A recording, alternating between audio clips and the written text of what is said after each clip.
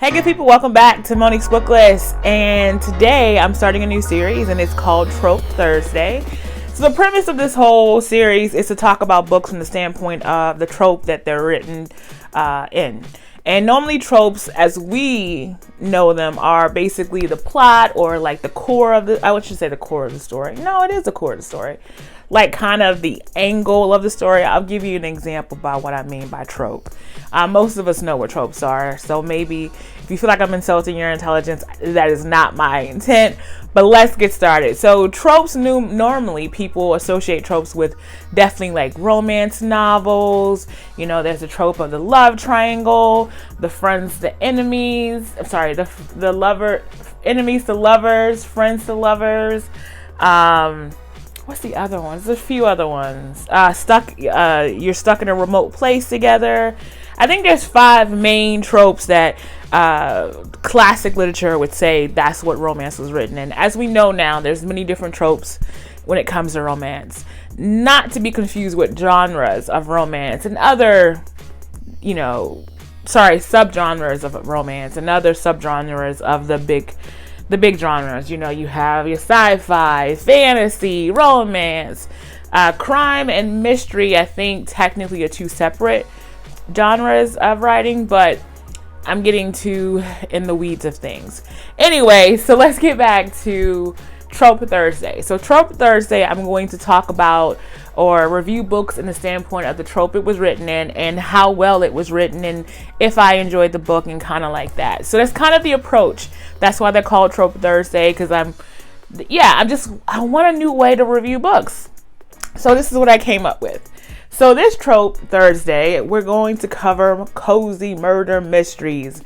And I love the fact that we have to call them cozy murder mysteries because of the fact that we have to somehow make murder cute. So we put the word cozy in front of it. So we feel less morbid for reading books about people being murdered 9 times out of 10, right?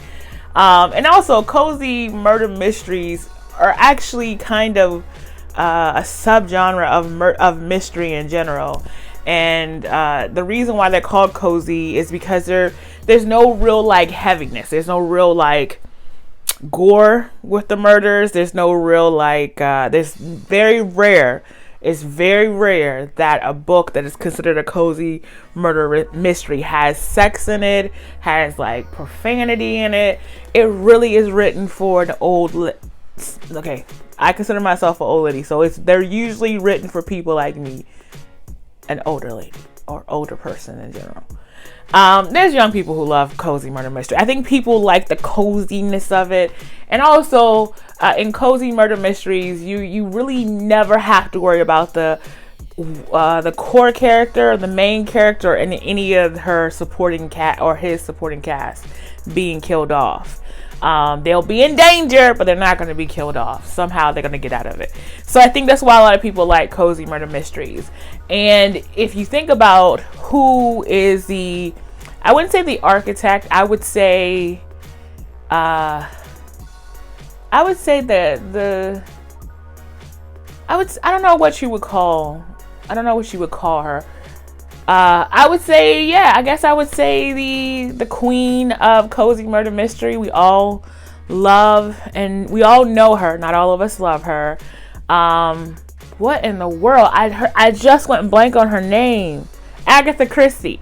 And so Agatha Christie has actually created a lot of the core tropes for murder mysteries. And she's done a really good job of it. She is I guess people say she's the architect because she created them. I guess that's why you would say she is. And a lot of writers have taken their cue from her. So you have of course you have all of them kind of write in her style. So you have her favorite tropes are unusual suspect in a cozy murder mystery.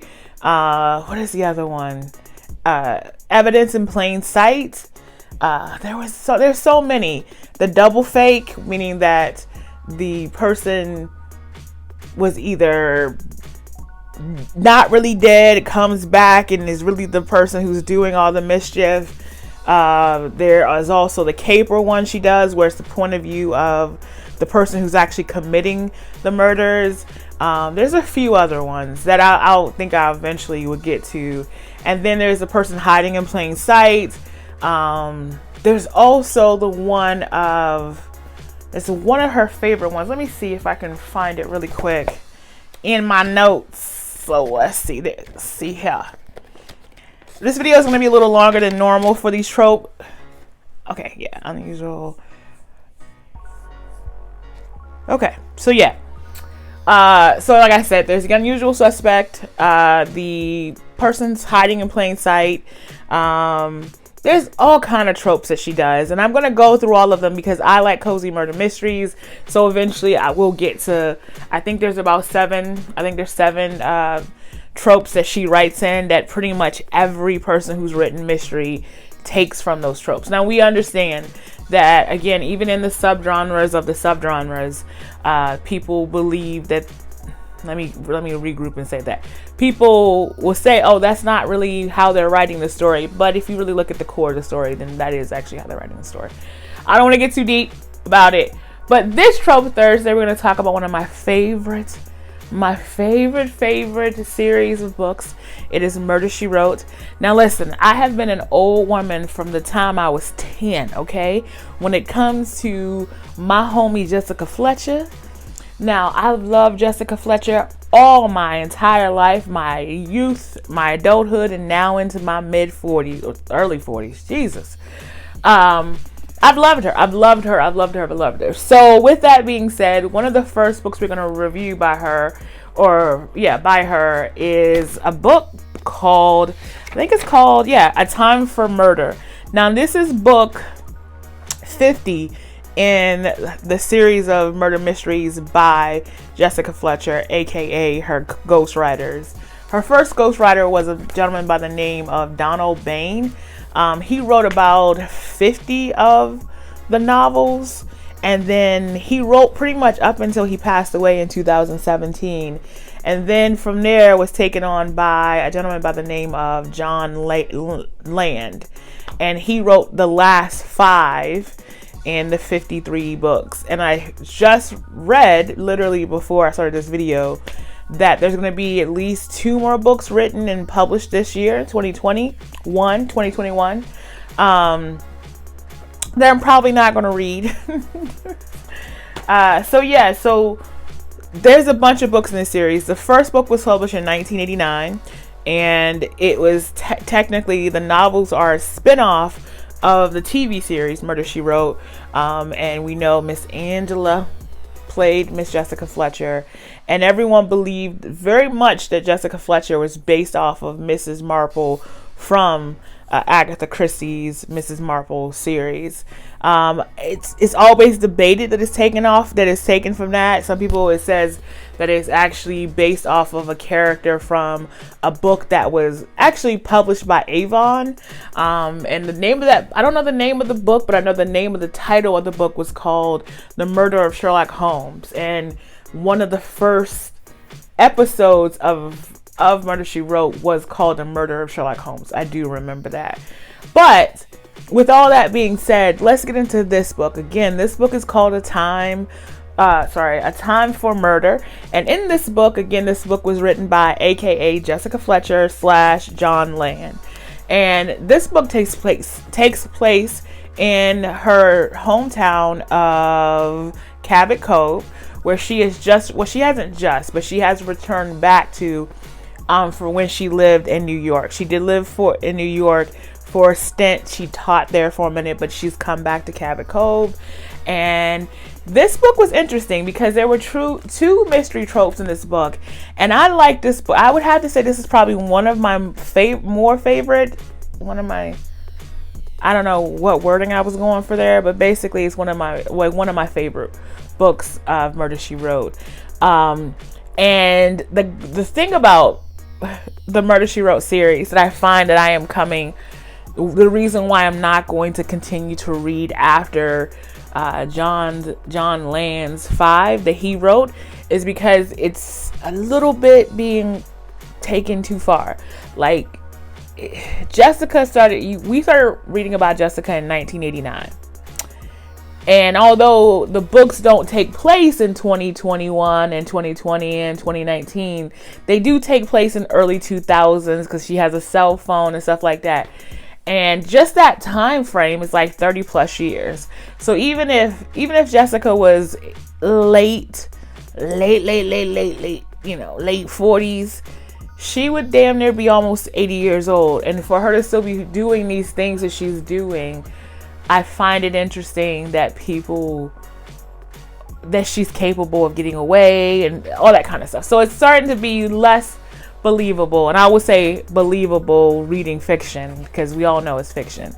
But this particular book, I liked this one the most. I think John Land did a really good job with this one because of the fact that we got to finally get a little glimpse of Frank,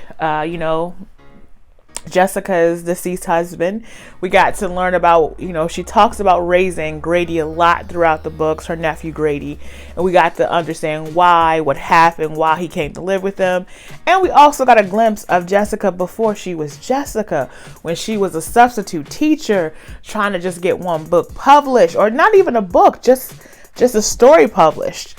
So that was interesting. I really liked that. But the two main tropes for mystery writing that appeared here were, I don't want to give away one. I won't give away one because because there's two murders. Actually, are there two murders in this book, or are there more than two?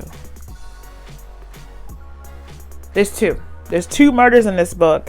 One from her very, very first case a long, long time ago, when she lived in a place called Applegate, where she met a detective who later became the sheriff of Cabot Cove. She helped him solve a murder, and I'm not giving anything away by saying that. She helped him solve a murder there. And the trope that was used there was the least likely suspect. And it was interesting of who it was and how it came about.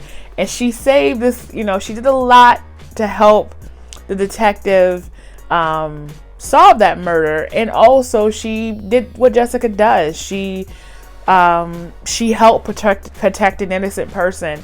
And it was just really good. I really enjoyed getting to know Jessica before she was this glam author who was considered famous in Cabot Cove, and everyone just loved her and all that kind of stuff. She was just a regular woman with her husband, and you found out how she came to have her house. And I just enjoyed having a bit of the backstory with her and Frank and Grady, young Grady. So I enjoyed that part of it. But the least likely suspect in the first murder was interesting.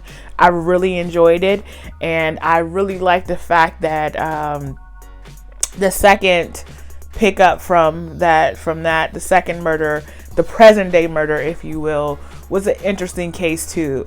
And the story that we're told in this book is about this family that has just the awful luck. The first murder was the principal of the school that she was being a substitute at, and he is the father of the character who gets killed present day. So first the father, then the daughter. And then you hear about the brother, and I'm not giving anything away. The brother dies at war. The mom, she was my least favorite character of this book. Just so self-defeated and just like wasn't trying to do anything to try to be there for her children going through the grief of their father or the grief of their brother who they lost at war. It was interesting. We also met some mobsters that loved Jessica. They came to her assistance, and they were glad to help her try to resolve this murder or solve this murder. So I really enjoyed it. So from the standpoint of the two tropes, so I have to tell you the second trope. Standpoint of the two tropes, so I have to tell you the second trope. And I'm going to do this. So there's a spoiler alert, because if I tell you the second trope, then you're going to probably know who the murderer is very early into the next one, into the present day murder. The second trope is a person is hiding in plain sight. And so spoiler alert. As long as my finger is up, I'm giving you a spoiler. So the second trope is a person is hiding in plain sight. And I really enjoyed how this character was written. I really enjoyed that the person wasn't like this trauma-filled person who decided, oh, because of the trauma of something that happened to me when I was a kid, that's why I became a murderer. No. I like killing people. That's what the person said. It was like, I like killing people. And it was interesting because I like that it was so much like connection to the family, why both murders happened, and why there was so much tragedy for this one family. So it was very interesting. So I'm done with the spoiler. So with all that being said, was the two tropes written well for this book? They were written very well. The unusual suspect, very well. The second trope, very well. I did not see that second trope. I did not see it because normally I feel like I can tell who the murderer is normally very early in her books. And I have to say, John Land's last 3 books that he's written, I think the one he wrote 12 murders or 12 to be murdered or something like that in the Murder, She Wrote series. That one was good. And that was the first time I actually thought Jessica might get it, or at least hurt. I really thought she was gonna get it.